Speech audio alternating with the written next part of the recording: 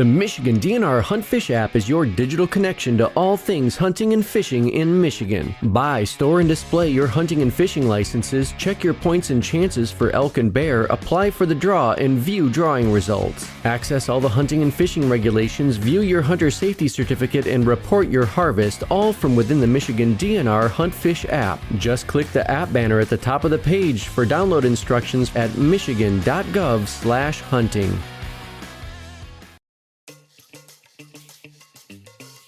You know what that sound means. It's time for the Michigan DNR's Wildtalk Podcast. Welcome to the Wildtalk Podcast, where representatives from the DNR's Wildlife Division chew the fat and shoot the scat about all things habitat, feathers, and fur. With insights, interviews, and your questions answered on the air, you'll get a better picture of what's happening in the world of wildlife here in the great state of Michigan. Hello, everyone, and welcome to the June episode of the Wildtalk Podcast. This is your host, Rachel Lincoln, and joining me today is the always energetic Eric Hilliard. Energetic. I am feeling pretty energetic today. I think I'm going to just do a full 5K after work. I'm feeling so energetic. That's many energetics. Best of luck. Glad you're getting hydrated this early with your giant pitcher of water so that you can go the distance. When you run, do you listen to music or do you listen to the natural sounds? I listen to music. So when I run, it's just less harsh on my joints and bones. I run on a treadmill, so I run indoors. And I listen to music. I've got a really good playlist of songs that just really get me amped up, especially midway through the run and that runner's high starts to hit and you're ready for that beat to drop and just send you into beast mode. I am not a runner, but occasionally I do like to do some sprints because I was the fastest kid on the playground and I feel like I have to be faster than my 8-year-old. The old school Judas Priest is on my workout playlist and usually gets me amped to do like the extra circuit. See, for me, the song that really does it is Robot Rock by Daft Punk. Okay, I know that one. But not the studio version. There's a live version that is really like the studio version is okay. I don't feel the same level of ampedness of beast mode when I listen to the studio version though. But that live version, yep. It's like I turn into a robot. There's these really long builds in that particular live version. When the beat finally drops, it's almost like my metallic skeleton rips forth from my body and begins to run on the treadmill instead. Right on. Speaking of which, cicadas are about to be doing exactly that, ripping out of their exoskeletons. We can imagine that they're doing that to Daft Punk, but they'll be screaming and screeching here really soon. So, Eric, I feel like we should introduce you as Eric Hilliard, the cicada, what's the word, embodying a cicada. The cicada man. And now I'm picturing a giant cicada running on a treadmill, and it's a little bit terrifying. Yeah, I mean, for as innocent as they are, they're not the most comforting insect to the eye. And if you had a buff one running on a treadmill, it'd make you think twice. Yeah, they are quite hideous. Picturing them giant is just, yay. Enough about cicadas and treadmills and exoskeletons and endoskeletons. What do we got lined up on the show for this month here? Oh, we've got another exciting episode for this month.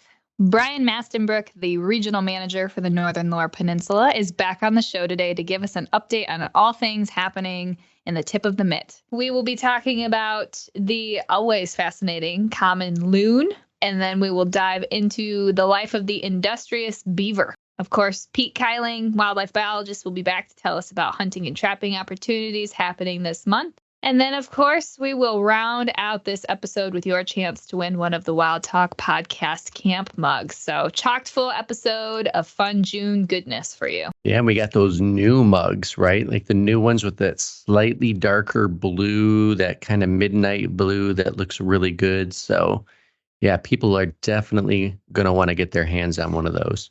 That's right. We do have a new sweet set of Wildtalk Podcast camp mugs. There's a little variation to them, but they're still The quality of these mugs is unmatched. They really are the best mug to take camping or to just have your morning coffee in or boil cereal. I love mine. I use mine every day. Before we dive into this podcast, let's hear a word from our forests. Trees provide for the well-being of our state. That's why we work so hard to keep our forests healthy and abundant, so wildlife has a home, and so do people, so that there's clean air and water for everyone, and so Michigan's economy can be as strong as the trees that support it, because every branch of forestry ensures that future generations will always have a tree for life and forests for a lifetime. To learn how sustainable forestry benefits your life, visit michigan.gov/forests for a lifetime.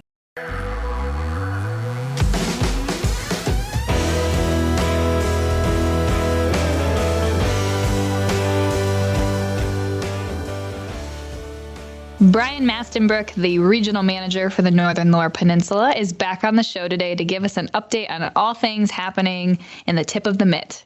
It is always a pleasure to have you on, Brian. Thanks so much for taking the time to join us. Glad to be here, Rachel, as always. Well, what kind of projects are the Northern Lower Wildlife Division staff working on this time of year? Well, so there's a bunch of normal stuff that we do that I'm not going to highlight. Doing some field work and openings, doing some, getting ready for goose banding and duck banding. We've got a couple things that I would like to highlight. 3 actually. The first is fire, putting prescribed burns on the ground. Our staff last year we had just 2 people that were working on prescribed burns, and now we have 8, and so that helps spread the effort out among people. We've also got 10 fires done already this year, and just about 1,700 acres. And these fires range from 2 acres to over 400 acres. Most of them are over 100 acres. The 2-acre one's kind of an anomaly. The next smallest one's just over 40. So these are a way to put work in the ground fairly inexpensively. We do the fires. It's cheaper than bringing equipment out. It's also better for maintaining our native species. And maintaining those native species means there's less chance for invasives to come in. So it's a really win-win situation. We get more done for less money. We have a better effect, and we can impact a larger piece of ground. So that's pretty exciting for us. What is the goal for the amount of fires you want to have or the total acreage that you want to burn this year? Do you have a goal in mind? Well, I think we've met our goal. Our goal is kind of a sliding thing. It's really hard to set a goal because it all depends on conditions. And if you have really dry conditions, then all the forestry staff who assist us are working on wildfires or potentially wildfires. If you have really wet conditions, then you can't burn anything. And we've had a pretty good mix this year. So again, we've done pretty good this year. We never seem to get quite as much done as we want to, but what we're going to be doing is trying to start doing more burns later in the summer, perhaps, or in the summer when conditions are also dry, and we can achieve our goal. Like a lot of times our goal is to kill woody vegetation in open areas.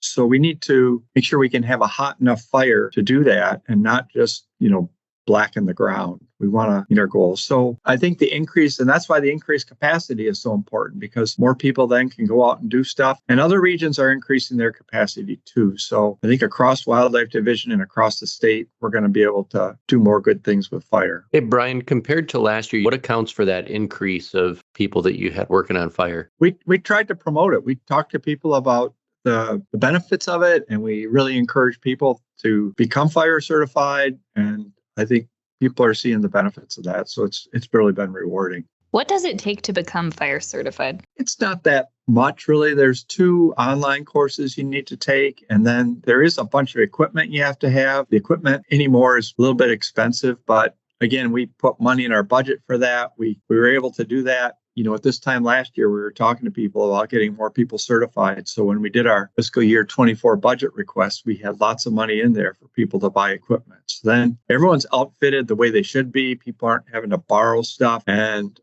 again, a couple courses and then a couple days of training. And then they can go. They can start with the easy stuff. And then as you do more, you can do more and more.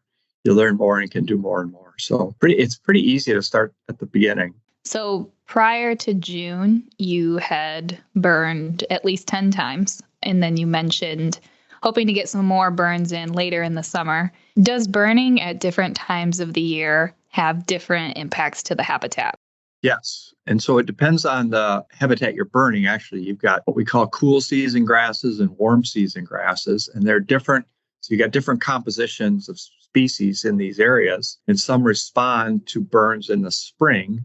Some respond better to burns later on in the summer. And, I talked about the control of woody vegetation, and it's kind of a fine line when you can do that. You want to do it when the tree is growing, but you don't want to go too far into the fall when all the energy is already back down in the roots. But you can't go too early in the spring when all the energy is still down in the roots. So that's a broader span of time you can hit that, but you do need to be conscious of that.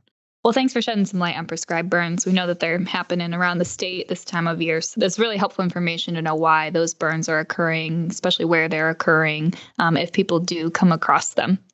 What else is your staff working on this time of year? We're continuously thinking about management of the state forest.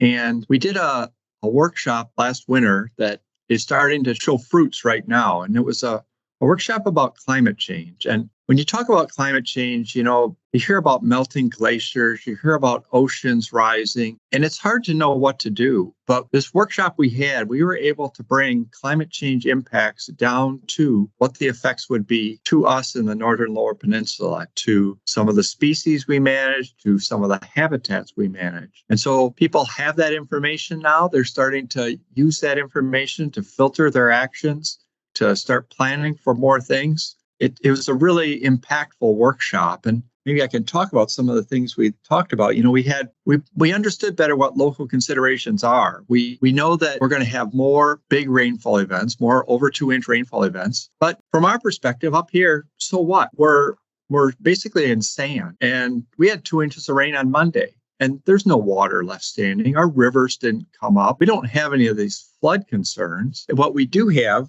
or what we're going to have, though, in addition to that, is more hot, dry periods. So we may have big rains that, again, have very small effect for our vegetation, but then we're going to have these longer dry periods, like longer dry period during the summer, more likely more rain in the spring. In the winter, more of our precipitation will probably be rain rather than snow, and that's going to affect species like snowshoe hare and everything that eats snowshoe hare, which is basically every predator in the northern forest. And so people have a good idea. And so should we work on snowshoe hare habitat when you've got a lot of this stuff working against snowshoe hare? If you're going to do that, you should be cognizant of what your effect is going to be. You're basically fighting a losing battle. And maybe the snowshoe hare habitat battle would be better fought in the UP, where they're likely to hang on to more snow longer.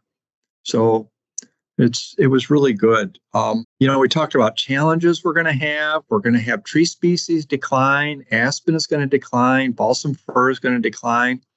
But we have opportunities too. We can be planting swamp white oak or white oak, which is a southern species. And there's some up here already, but it's going to do well in the future. So we can start planting that. We can maybe plant hickory, which is, again, at the southern edge we're at the northern edge of the hickory range, but in the future, we're probably going to be right in the center of it. So it was really, really helpful for people to start to not feel helpless and to move forward positively. So we're going to have good effects. We talked about resilience of forests, keeping diversity, travel corridors for all kinds of species. So it's a way to frame our actions so that we're working positively as we move forward. And we're not working with blinders on saying, I can't affect climate change. Well, we can't affect climate change very much, but we can affect what the landscape looks like, and we can make it more resilient to climate change. So I think that's a really cool thing that we did and that we're starting to incorporate in our actions. I agree. That is really cool. And it's great to hear those conversations are happening. Out of curiosity, how much state forest land is in the Northern Lower Peninsula? About 2 million acres. That's a lot of land. That's a lot of land. So we've got a lot of playground we can work with.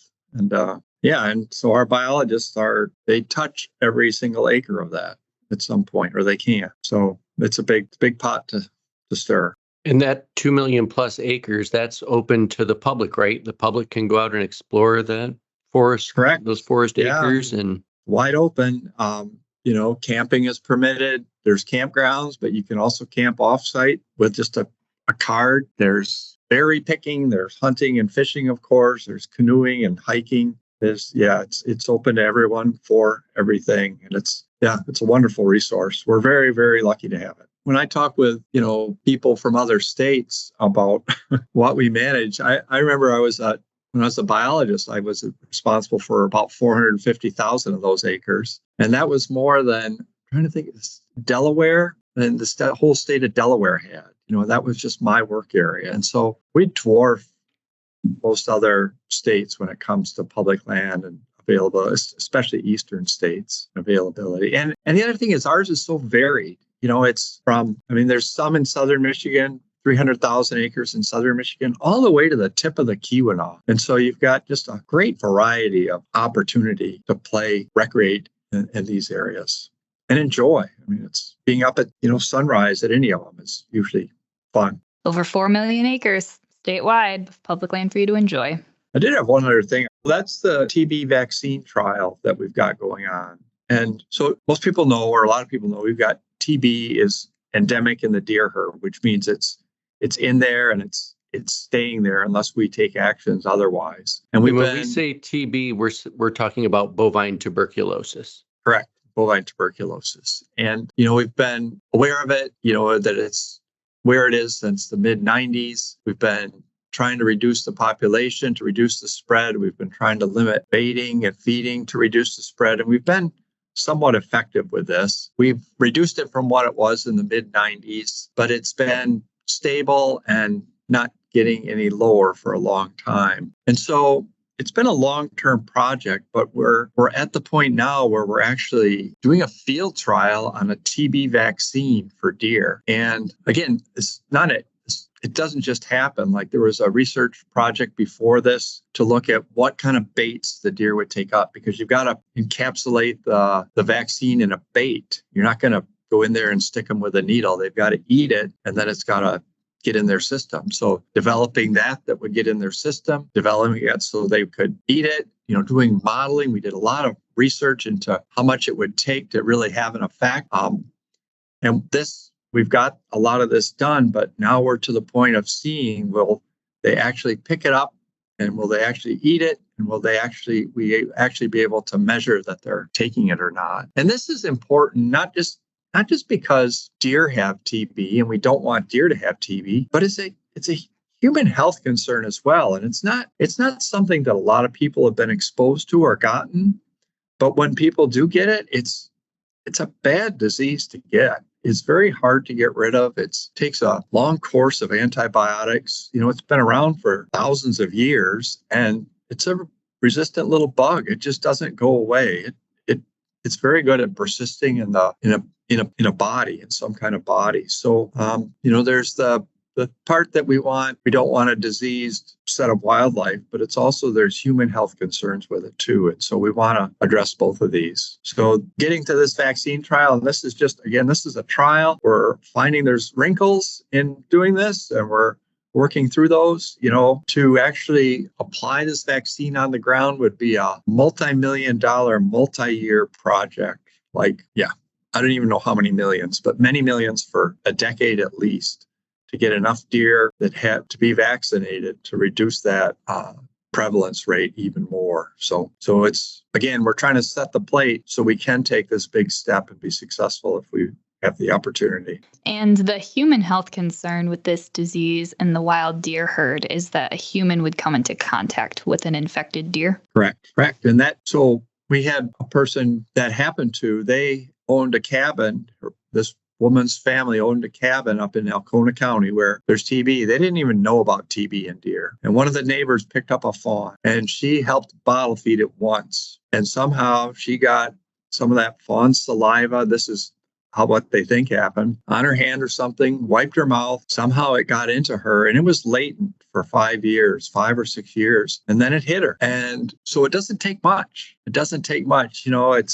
We used to say if you're cutting yourself when you're dressing a deer, you can get it. And that's still true. But there are other ways to get it too. And I think as they're looking more for it now, and they're finding it more as well. So there are people with latent TB, and some of it is from people drinking unpasteurized milk a long time ago and cattle having TB, but some of it is from, they traced what this woman had to a deer. So yeah, I think I remember that story, Dan O'Brien saying they actually did some genomic testing of the TB and were able to trace it back to the source. That's a really interesting case. And I think a lot of times, people think we're being kind of cold and heartless when we say, don't take wildlife into your home and don't raise it in captivity in your home. But there is a legitimate health concern, for them, their families, extended families, friends. And it's always best to just leave wildlife in the wild. Right. Because there are far more zoonotic diseases than just bovine tuberculosis, correct? Right. So leave those fawns alone if you find them this time of year. It's best for the baby, it's best for the human. And the Raccoons rabbits. too. Yeah, and the raccoons and the coyotes. Raccoons. Raccoons are cute as heck. Leave them outside. Yeah. Well, that is really awesome information that you have shared with us. It sounds like there's just incredible work going on in your region. As always, though, we're not surprised. It's an awesome region with awesome staff. Brian, thank you so much for coming on to share with us what the region is up to. It's just always a joy to have you on the show and to hear about the awesome work your team is doing. All right. Thanks. I'm always glad to talk about it, too. All right, folks, don't fly away or you will miss the All Things Feathers segment coming up next. There are many camping and lodging opportunities available in Michigan state parks. When you choose state park campgrounds, you get more than just a campsite. State parks offer a diverse range of recreational opportunities including hands-on instructional classes, nature programs, places to fish, boat launches, family-friendly events, and much more. Reservations can be made 6 months in advance, so why wait? Visit midnrreservations.com or call 1-800-44-PARKS to make a reservation.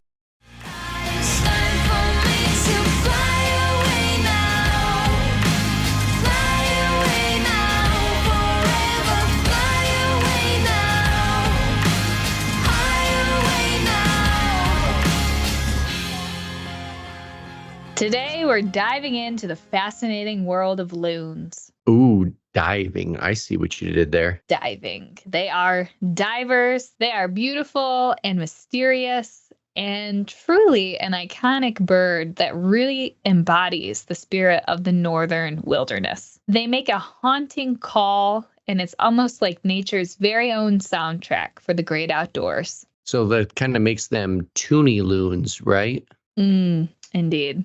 Yes, it does.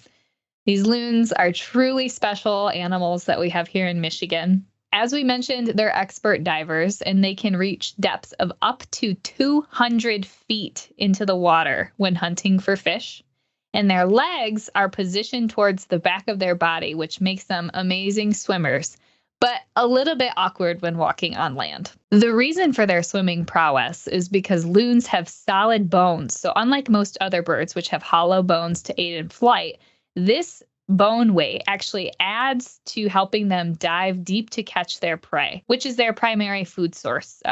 Animals such as fish, amphibians, even crustaceans, and even some aquatic vegetation. So they have a really varied diet. And their call is obviously one of the most recognizable sounds in nature. There's a couple different types of calls they'll make. They will yodel. They have a tremolo. I've never heard that word. Tremolo. Tremolo? Tremolo is a type of guitar sound you get on electric guitars too. It's like that woo, woo, woo, woo, kind of.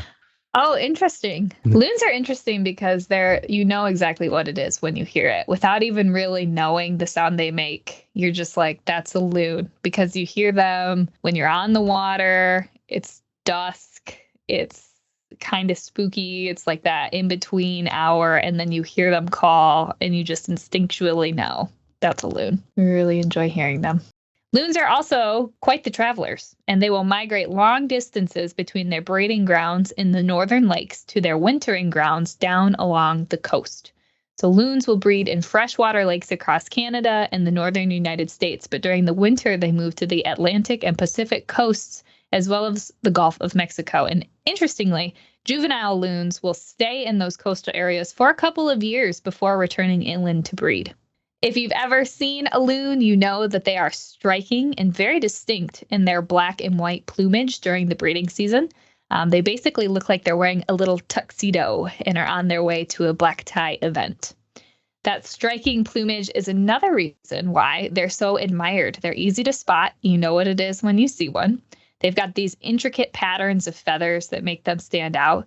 And during the breeding season, their feathers turn almost a subdued gray, which make them look quite elegant. And they got those red eyeballs too. The red eyeballs, similar to a cicada. So that means that every flight they take is a red eye back to wherever they're going. Oh boy, there it is, a zinger. Yes, you could say that. Now, if you wanted to see some loons, we do have lots of places in Michigan where you could go. The best time to see loons is during the breeding season in the northern lakes. Really, anywhere across Michigan's Upper Peninsula, if there's an open body of water, you can find loons, but especially in the Seney National Wildlife Refuge, where the oldest reported pair of mating loons has returned this year. Now, loons prefer clear lakes with plenty of fish and often nest on small islands or secluded shorelines. So if you're up in the UP this summer, make sure to just spend a little time around a clear lake during the evening hours as it's becoming dark outside and listen intently for that notable call. If you are lucky enough to see a loon, keep your distance and observe respectfully. Disturbing their nests or getting too close can cause significant stress and harm to these birds, so admire them from a distance. Loons are an integral part of our natural heritage, and it is up to all of us to help protect them in their habitats. Pure Michigan hunt applications are on sale now. If you want your shot of what is considered Michigan's ultimate hunt, pick up a $5 application or two. There's no limit to the number you can buy. If you're one of the 3 lucky winners, you'll get a hunting prize package worth thousands, as well as licenses for elk, bear, spring and fall turkey, antlerless deer, and first pick at a managed waterfowl area for a reserved hunt. Purchase anywhere hunting licenses are sold or online at michigan.gov/PMH. Try to catch me howling at the moon.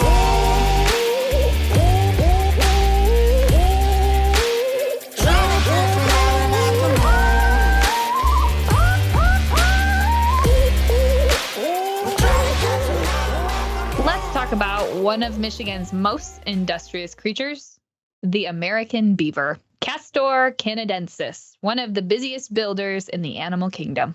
Beavers are truly a remarkable animal, and they're known for their impressive engineering skills and the significant impact they can have on habitats. But let's start with some basics. Beavers are indeed rodents of unusual size, as they are the largest rodent species in North America. Adult beavers can weigh between 35 and 60 pounds and can be up to 3 feet long, which includes their iconic flat paddle-shaped tail. Wow, 60 pounds. That's like 3 toddlers, maybe 4.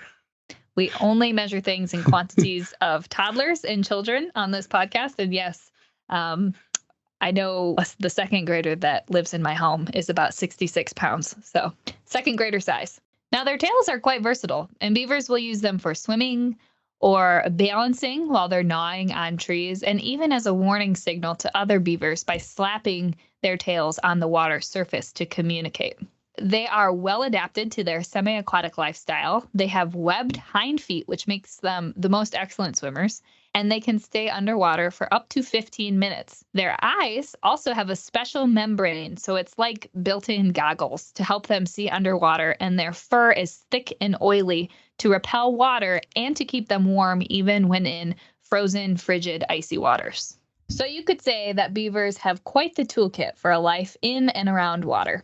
Now, one of the more fascinating aspects of beavers is their ability to drastically alter their environment. By building dams, they create these ponds that provide habitat for a variety of other species that also reduce erosion, and they help to maintain the water table.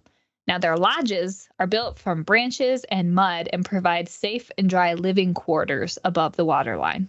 You can imagine a lodge as a little fortress with underwater entrances that keep predators at bay and unable to enter the lodge. Now, as we mentioned, beavers are meticulous builders, and they'll use their strong, ever-growing incisors to take down trees and to gather building materials. Now, interestingly, the sound of running water triggers their building instinct. And if they can hear water flowing through a break in their dam, they will quickly patch it up. Now, a characteristic of rodent species is that they have ever-growing teeth. But beaver teeth are even more interesting. They are coated in an orange glaze.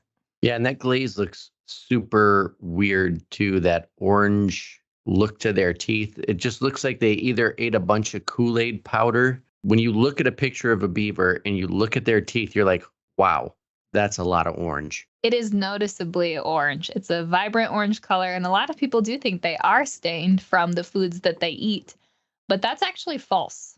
So while they might be a little discolored from wood and vegetation that they're eating, their orange teeth are actually from an iron-rich protective coating of enamel on the front of their two front incisors. And that helps to reinforce the strength of their teeth while chewing on hard woods. Now, on the backside of those teeth, it's made of a soft, bony tissue that actually wears away much faster than the enamel, so that the beaver's teeth are wearing down unevenly. That gives the incisors a chiseled shape, which helps them to cut through hard objects like wood. So these nature engineers are really always on the job, and that has significant ecological benefits. Beaver ponds create wetlands that support diverse plant and animal life, which will improve biodiversity overall for our Michigan habitats. Now, these wetlands also act as natural water filters, which will trap sediments and pollutants to enhance water quality down the stream. While beavers play a crucial ecological role, their activities can sometimes conflict with human interests. Their dam building can flood roads, farmlands, or woods, which leads to property damage. However, many wildlife managers and conservationists advocate for learning how to live with beavers by using variation of mitigation techniques. There are several different methods, including installing flow devices in dams to regulate water levels without destroying the structure, or using fencing to protect valuable trees from being gnawed on. It's also important to make sure that people know beavers are really cool, and that it's important to recognize the benefits that beaver bring to the landscape while also managing the challenges. Beavers are so important, they're a keystone species, which means their presence and activities have a disproportionately larger effect on their environment. And by understanding and managing our relationship with them, we can better preserve the important ecological functions they provide. I hope that you've learned a lot about beavers today, and if nothing more, your takeaway is that they're not just busy, but they are essential to our ecosystems here in Michigan. Michigan.gov/DNR Trails is your destination for trail maps, trail etiquette, and trail closure information. Trail information for biking, cross-country skiing, horseback riding, hiking, off-road vehicle riding, snowmobiling, snowshoeing, and even water trails for kayaking and canoeing are available. While you're there, remember to check out information about pet-friendly recreation, track chairs, and the Iron Bell Trail. All available at Michigan.gov/DNR Trails.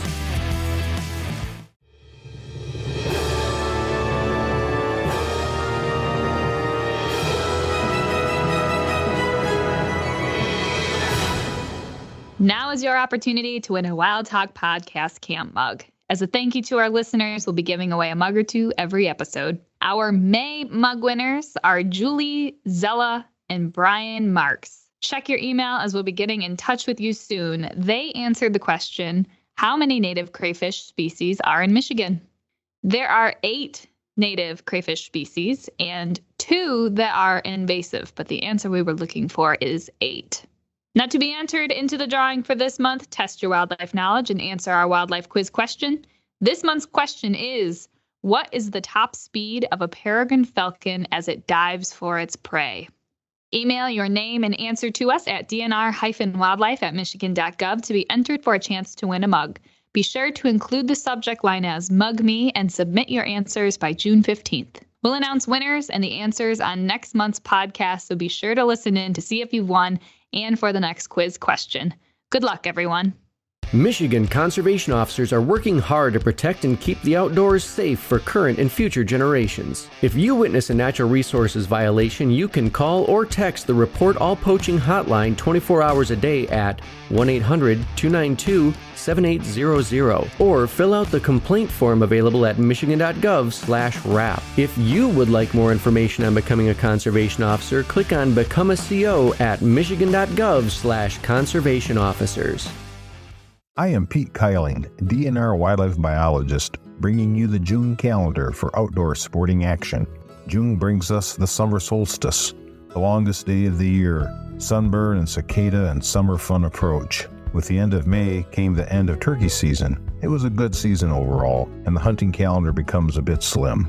However, for optimistic hunters, the solstice can also mean the tide is already turning toward the hunt in other ways. For example, June is a great time for dog training, dog trials, competitions, and visiting bird preserves for some tune-up for you and your canine pal.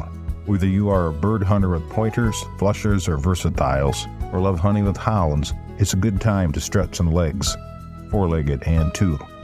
Dog ticks and all the other tick species are at full strength in June, so take precautions with repellent spray for you and for your pets. Some veterinarians are recommending a year-round tick control for your dog, as our mild Michigan winters allow ticks to be active almost year-round, especially in southern lower Michigan. What do you have if a tick crawls on top of your wristwatch? That would be a tick-tock. Okay, total dad joke. I know. Time is ticking away. Doubly sorry.